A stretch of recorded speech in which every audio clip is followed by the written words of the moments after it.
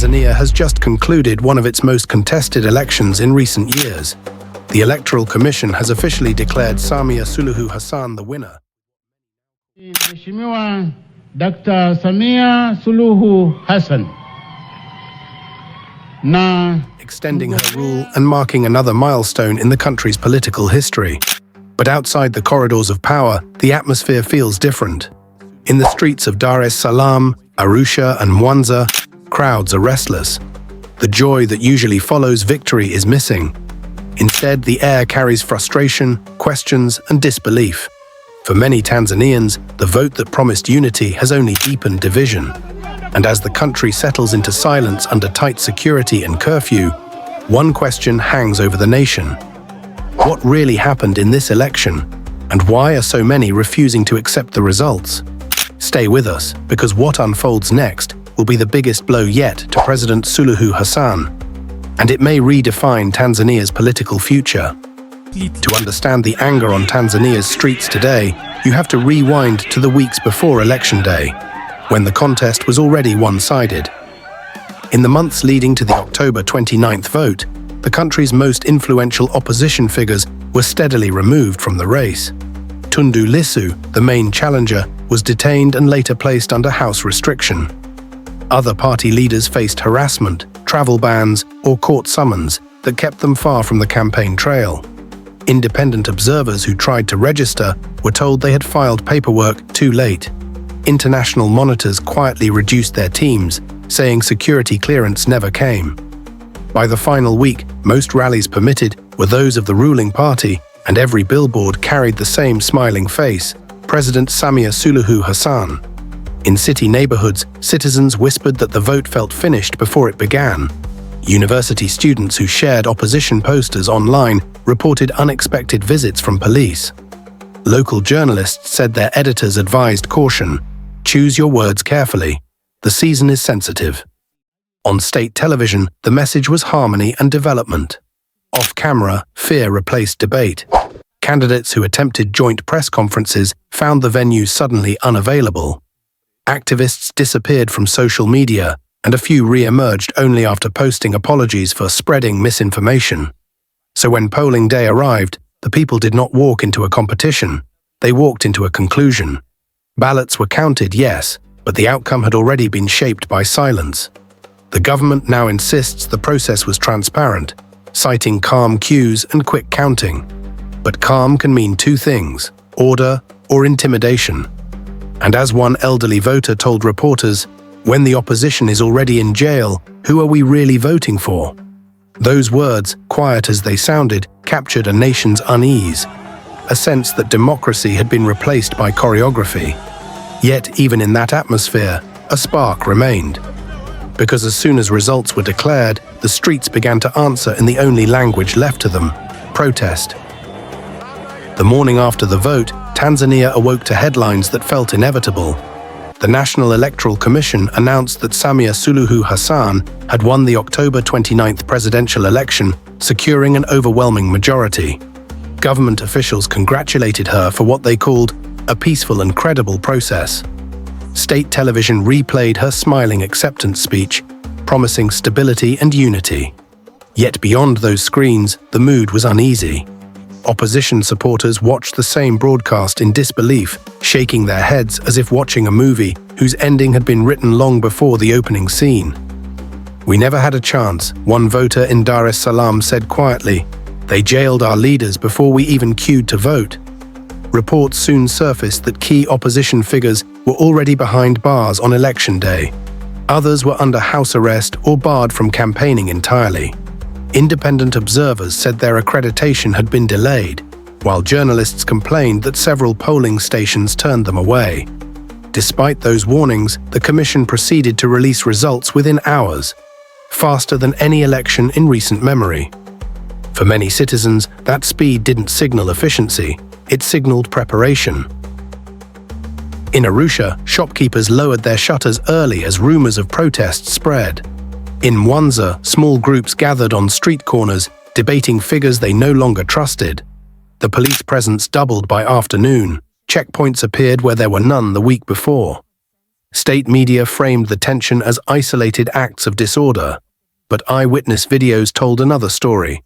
Crowds chased, sirens echoing, smoke curling above rooftops. The government insisted calm had returned, yet the silence felt heavier than noise. And through that silence came the first whispers of rejection. Youth groups posted statements refusing to recognize the results. Religious leaders called for transparency. The word boycott began to trend before the internet slowed to a crawl.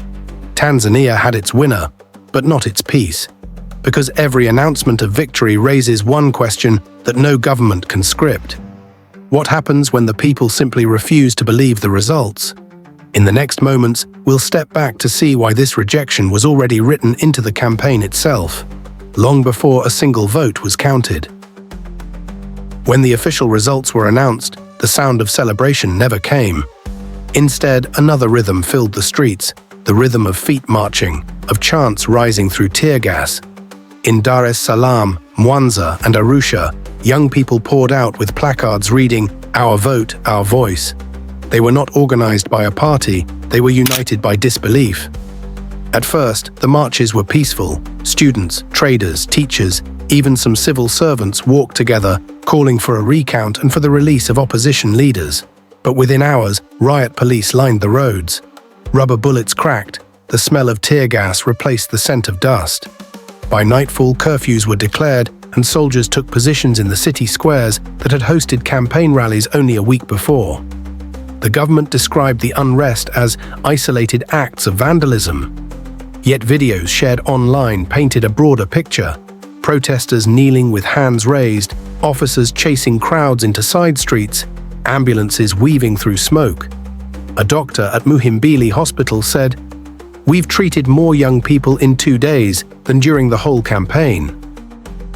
Despite the curfew, demonstrations continued into the following morning. Each crackdown seemed to create new anger, not fear. Mothers joined marches carrying pictures of detained sons. Clergy held vigils for unity while urging the state to show restraint. The youth turned their frustration into slogans, echoing across neighborhoods. Haki kwa wote, justice for all. Internet service dropped to a whisper. Social media posts took minutes to send, but the images still reached the world, a sign that even silence can leak truth.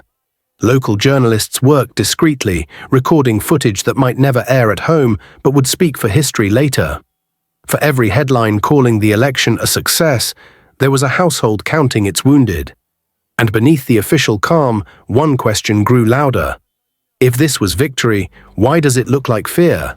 Still, amid the tension, one figure remained mostly silent: President Suluhu Hassan herself.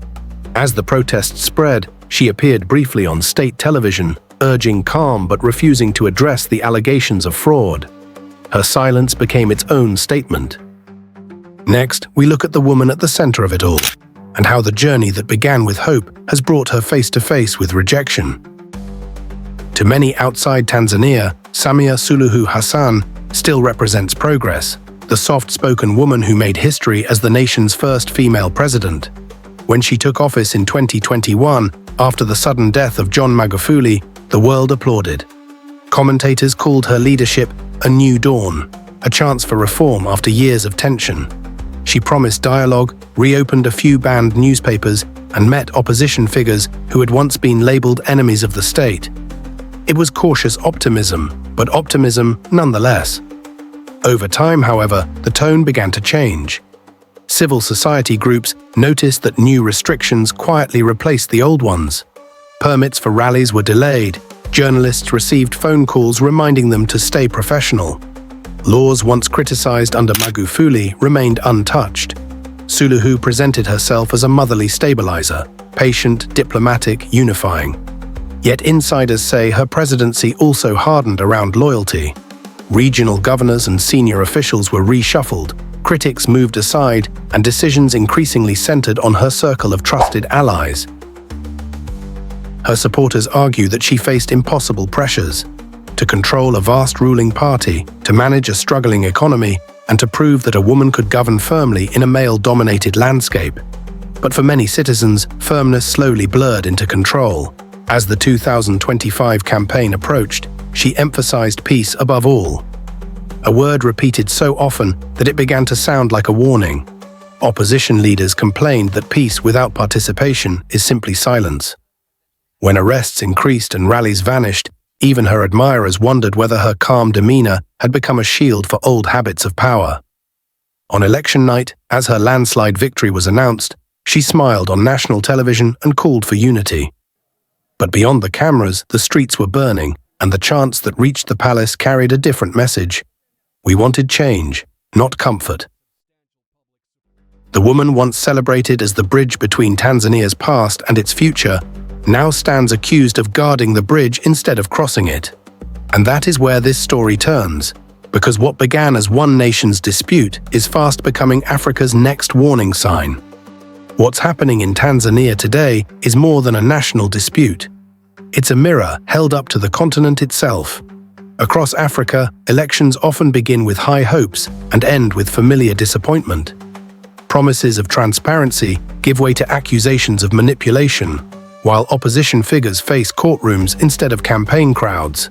From Senegal to Zimbabwe, Cameroon to Chad, citizens have seen the same script play out. Different languages, same outcome. For many Africans, Tanzania was supposed to be different. Its long history of relative stability made it a model of quiet democracy in East Africa. But that reputation is now under strain. The images of soldiers patrolling Dar es Salaam and protesters chanting beneath blackout skies feel like warnings to countries still preparing for their own votes. The African Union has called for calm, urging dialogue and restraint. Regional blocs like the East African Community have expressed concern. Yet beyond statements, little action follows. The silence of institutions meant to defend democracy only deepens the frustration of those risking their safety for it. Meanwhile, the international community issues its familiar chorus: concern followed by cooperation. Aid continues, deals are signed, and the cycle moves on. But on the ground, the people paying the price are not foreign diplomats. They are the market women who cannot open their stalls during curfew, the students who cannot access the internet to share their truth, and the families searching for loved ones detained for protesting. Still, something new is emerging. A generation that refuses to give up. Across the continent, young Africans are connecting struggles. Tanzanian hashtags appear in Kenyan timelines. Ghanaian podcasts discuss Dar es Salaam. They are learning that democracy is not a gift handed down, it is a fight protected from below. Tanzania's unrest has become a lesson for the continent, that the power of citizens lies not just in the vote, but in the vigilance that follows it. And as pressure builds both inside and beyond Tanzania's borders, the next question is no longer who won the election. It's what happens now. Tanzania now stands at a crossroads between reconciliation and resistance, between leadership and legitimacy. President Samia Suluhu Hassan may have secured a legal victory, but moral authority is harder to declare. Across the country, protesters are still demanding answers, and families continue to wait outside police stations for relatives who never returned home after the demonstrations. Each day that passes, the line between order and oppression blurs a little more. Inside government, advisors push for calm messaging, while security forces tighten control. Behind the walls of power, the question is not whether to act, but how far to go. Every crackdown buys time, yet each new arrest chips away at the legitimacy those in power hope to preserve.